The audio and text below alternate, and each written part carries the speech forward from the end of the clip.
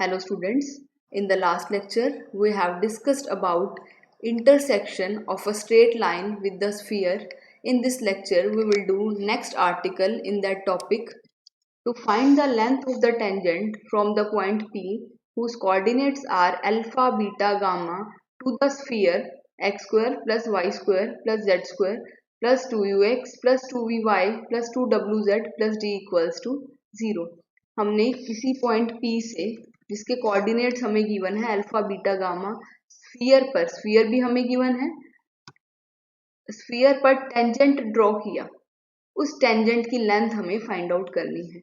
ये स्फीयर है, स्फीयर का सेंटर हमारा minus u minus v minus डब्ल्यू हो जाएगा, minus half of coefficient of x minus half of coefficient of y minus half of coefficient of z. P point के coordinates हमें given है। अगर हम एंगल देखें, रेडियस वेक्टर हमारा टेंजेंट पे 90 डिग्री का एंगल फॉर्म करेगा। अगर आप स्फीयर पे टेंजेंट ड्रॉ करो, उसको रेडियस वेक्टर से अगर हम रेडियस से ज्वाइन करें तो जो एंगल सबटेंड होगा टेंजेंट और रेडियस के बीच में that will be 90 degree. So this angle is 90 degree. Now distance PC is alpha plus u whole square plus beta plus v whole square plus gamma plus w whole square under root by distance formula, and distance CT is radius of the sphere and radius is under root u square plus v square plus w square minus d.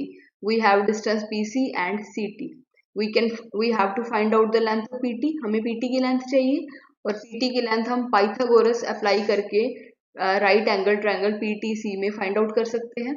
In right angle triangle PTC we can write PC square equals to PT square plus TC square, or we can write PT square is PC square minus CT whole square.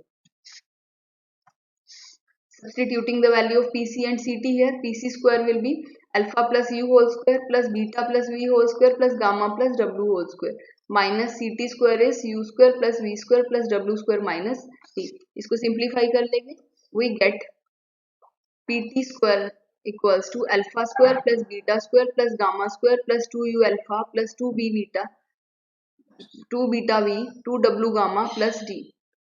Now PT will be under root of this, under root alpha square plus beta square plus gamma square plus 2u alpha plus 2v beta plus 2w gamma plus d. This is the length of tangent. हमें tangent की length find out करनी थी. हमें point given था alpha beta gamma, जिस point से हमने tangent draw किया है. हमें स्फीयर गिवन था जिस स्फीयर पे हमने टेंजेंट ड्रॉ की है. हमें टेंजेंट की लेंथ फाइंड आउट करनी थी.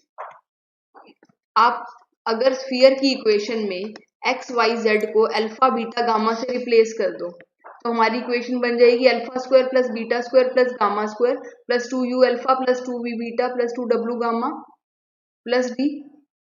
यही बनेगी हमारी. हम अगर स्फीयर की इक्वेशन में एक्स वाई जेड को अल्फा बीटा गामा से रिप्लेस कर दें, उसका अंडर रूट लेके हमारी क्या आ गई, लेंथ ऑफ टेंजेंट. जस्ट ध्यान रखने का वे है आपका ये कि आपको अगर पॉइंट गिवन हो और स्फीयर गिवन हो तो आप वो पॉइंट स्फीयर की इक्वेशन में सब्स्टिट्यूट कर देंगे, देन उसका रूट ले लेंगे, that will be the length of tangent.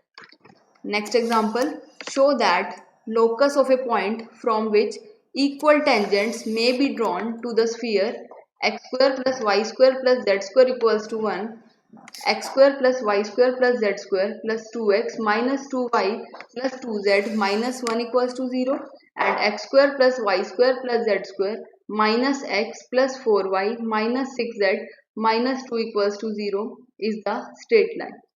हमें किसी पॉइंट से हमने किसी पॉइंट से 3 स्फीयर गिवन है, उन पे टेंजेंट ड्रॉ किए और टेंजेंट की लेंथ हमें क्या गिवन है, इक्वल. सपोज किसी पॉइंट P से हमने 3 स्फीयर्स है, उन पे हमने टेंजेंट ड्रॉ किए, उन टेंजेंट की लेंथ हमें क्या गिवन है, इक्वल. सपोज हमने नेक्स्ट पॉइंट Q चूज किया, Q पॉइंट से हमने तीनों स्फीयर पे टेंजेंट्स ड्रॉ किए, उन टेंजेंट की लेंथ भी इक्वल है.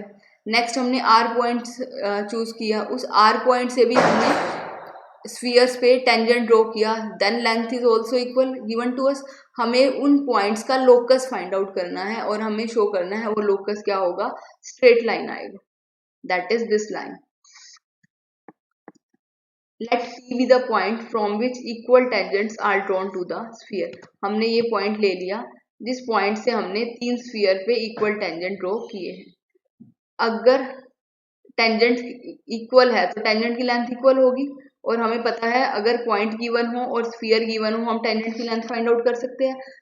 Late p be the point. First sphere is x square plus y square plus z square equals to 1.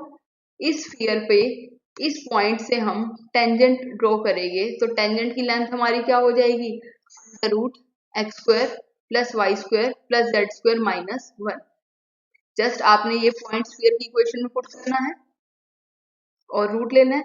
Next हम इस पॉइंट का इस स्फीयर से सेकंड स्फीयर से डिस्टेंस फाइंड आउट करेंगे, लेंथ फाइंड आउट करेंगे टेंजेंट की. तो एक्स वाई जेड को एक्स वाई जेड से ही रिप्लेस कर देंगे तो हमारी जो लेंथ हो जाएगी टेंजेंट की that is under root x square plus y square plus z square plus 2x minus 2y plus 2z minus 1. That is this. Next हम इस पॉइंट के टेंजेंट ड्रॉ करेंगे इस स्फीयर पे, उसकी लेंथ हमारी हो जाएगी under root x square plus y square plus z square minus x plus 4y minus 6z minus 2.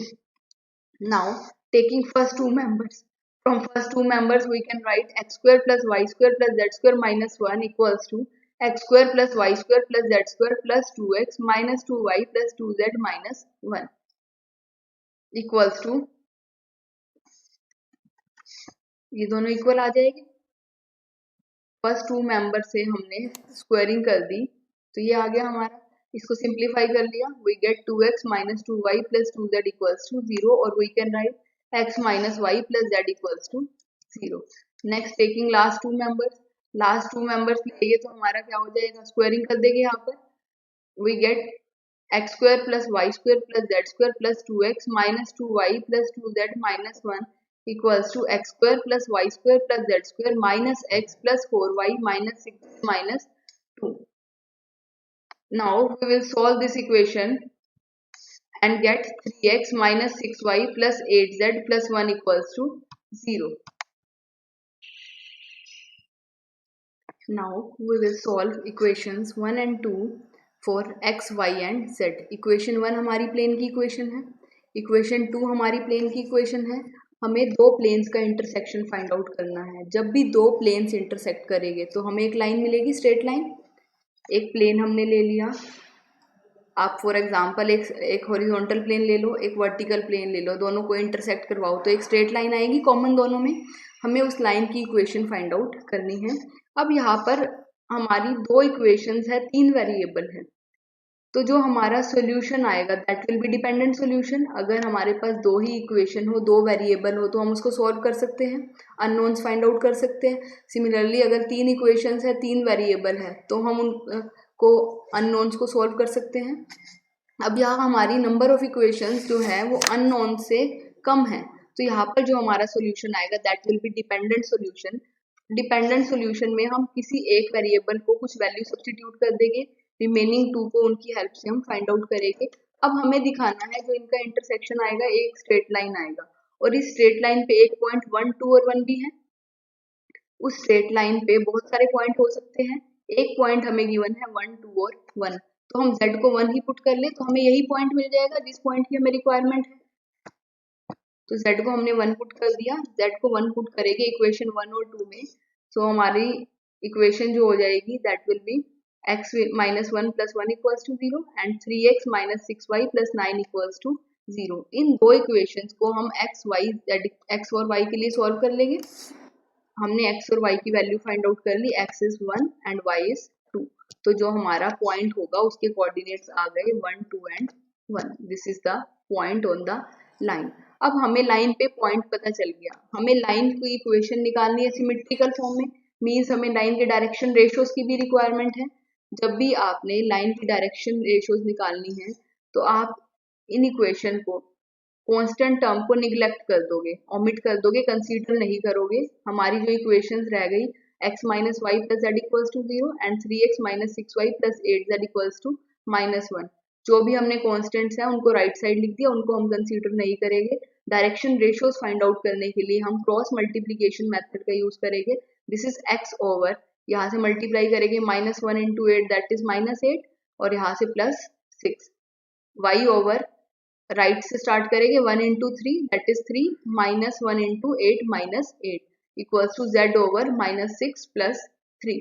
तो यहाँ पर ये हमारा आ गया x over -2 equals to y over -5 equals to z over -3। तो जो हमारे डायरेक्शन रेशियोज आ गए वो हमारे 2, 5 और 3 हो गए। और हमें पता है डायरेक्शन कोसाइंस हमारे प्रोपोर्शनल होते हैं डायरेक्शन रेशियोज के। So we can say direction cosines are proportional to this, या फिर हम कह सकते हैं ये हमारे डायरेक्शन रेशियोज हैं। सो लाइन की इक्वेशन अब हम लिख सकते हैं। हमें लाइन पे एक पॉइंट पता है, लाइन के डायरेक्शन रेशियोज पता है, तो जो हमारी लाइन हो जाएगी that is x -1 over 2 equals to y -2 over 5 equals to z -1 over 3, जहाँ पर 1, 2 और 1 लाइन पे पॉइंट है और 2, 5, 3 लाइन के डायरेक्शन रेशियोज।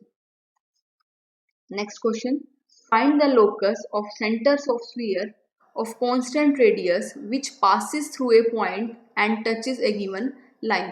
हमें लोकस लेना है उन स्फीयर्स के सेंटर का जिनकी रेडियस कांस्टेंट है और जो किसी पॉइंट से पास कर रहे हैं और किसी लाइन को टच कर रहे हैं। सपोज हमने एक स्फीयर लिया जिसकी रेडियस कांस्टेंट है, वो किसी पॉइंट को टच कर रहा है और किसी पॉइंट से पास कर रहा है और किसी लाइन को टच कर रहा है।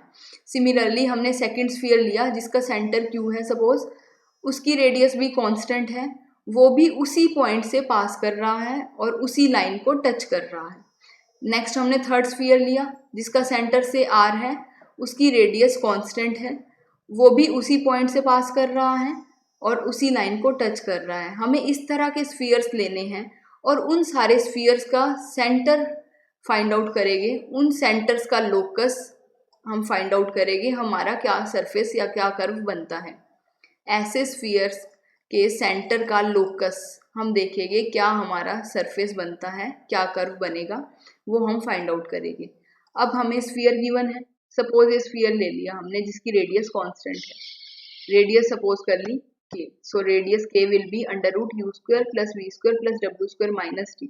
हमने अभी एक स्फीयर ले लिया जिसकी रेडियस कांस्टेंट है, तो यहाँ से हमारी इक्वेशन आ गई k² equals to u² plus v² plus w² minus d। अब यहाँ हमें गिवन है कि हमारा स्फीयर किसी पॉइंट से पास कर रहा है, पॉइंट से पास कर रहा है, उस पॉइंट के कोऑर्डिनेट्स हमने ले लिए 0, 0, c। गिवन पॉइंट है तो उस पॉइंट को हम कुछ एज्यूम कर सकते हैं। हमने एज्यूम कर लिया पॉइंट हमारा z एक्सिस पे लाई कर रहा है, z एक्सिस पे लाई कर रहा है तो कोऑर्डिनेट्स हमने 0, 0, c ले ली। आप x एक्सिस पे ले सकते थे, y एक्सिस पे आप कहीं भी पॉइंट ले सकते थे। अब पॉइंट हमारा z एक्सिस पे है और हमारा स्फीयर उस पॉइंट से पास कर रहा है, तो पॉइंट हमारा स्फीयर की इक्वेशन को सेटिस्फाई करेगा, मीन स्फीयर पे लाई करेगा। तो x, y, z को हमने रिप्लेस कर दिया 0, 0, c से, तो ये हमारा हो गया c² plus 2wc plus d equals to 0।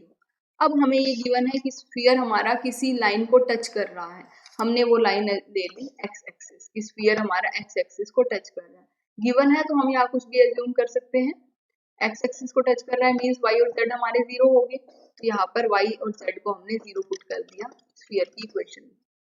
तो ये हमारी इक्वेशन रिड्यूस हो गई x² plus 2ux plus d equals to 0।